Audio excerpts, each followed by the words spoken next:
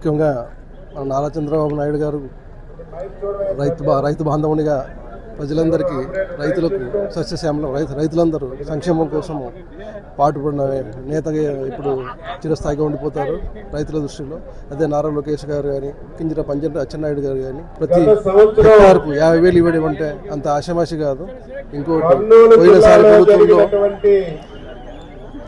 పోయినసారి ఇప్పుడు గవర్నమెంట్లో వైఎస్ఆర్ గవర్నమెంట్లో ఫిట్మెంట్ ఇస్తారని మామూలుగా రైతు నష్టపరిహారం ఫిట్మెంట్ కింద 3,000 రూపాయలు జమ చేస్తామని చెప్పారు, కానీ ఇంతవరకు అది జరగలేదు. ఈ విధంగా నష్టపరిహారం జరుగుతుంటే రైతులను ఆదుకునే వ్యక్తిగా చిరస్థాయిగా రైతుల గుండెల్లో చంద్రబాబు నాయుడు కొడూరు మండలం పేలగొల్లి విలేజ్ ముల్లా యూసుఫ్ అనే రైతు. నేను ఉల్లు సాగు చేసినాను. 2 ఎకరాలు హెక్టార్కి దిగుబడి బాగానే వచ్చింది. గిట్టుబాటు ధరలు లేక నిరుత్సాహపడుతుంటే ప్రభుత్వం అనౌన్స్ చేసింది 1,200 లెక్కగా కింటాలు కొంటామని.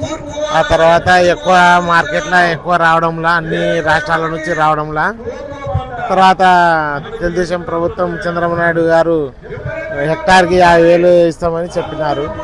మాకు చాలా సంతోషం ఉంది. నమస్కారం అండి. నా పేరు కె వెంకటేశ్వర్లు, కుల్మాల గ్రామము, గొనేల మండలము. నేను 9 ఎకరాలు ఉల్లి వేయడం జరిగింది. ఒక 3 ఎకరాలు ముందర తీసి 400 రూపాయల లెక్క సేల్లో పొలంలో అమ్మడం జరిగింది. అది కోసిన వాళ్ళకు కూడా రాలేదు.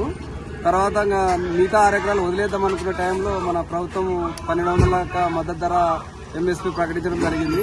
దాన్ని బేస్ చేసుకుని మళ్ళీ పొలంలో ఎందుకు వదిలేయడం, కనీసం ఖర్చులన్నా వస్తాయని చెప్పేసి 6 ఎకరాలు తీసుకొని కర్నూలు మార్కెట్ తీసుకెళ్లి 1,200 లెక్క రేటు అమ్మడం జరిగింది. వాళ్ళు అకౌంట్లో డబ్బులు వేయడం కూడా జరిగింది. అలాగనే మళ్ళీ నష్టపరిహారం కింద హెక్టార్కి 50,000 లాగా ఈ ప్రభుత్వం హామీ ఇవ్వడం జరిగింది. అది కూడా నేను అకౌంట్లో పడడం జరిగింది. ఒక హెక్టార్కి 50,000 లాగా వేయడం జరిగింది. ఈ ప్రభుత్వానికి, కూటమి ప్రభుత్వానికి నా యొక్క ధన్యవాదాలు. స్కైరావాడి, నా పేరు తిమ్మారెడ్డి.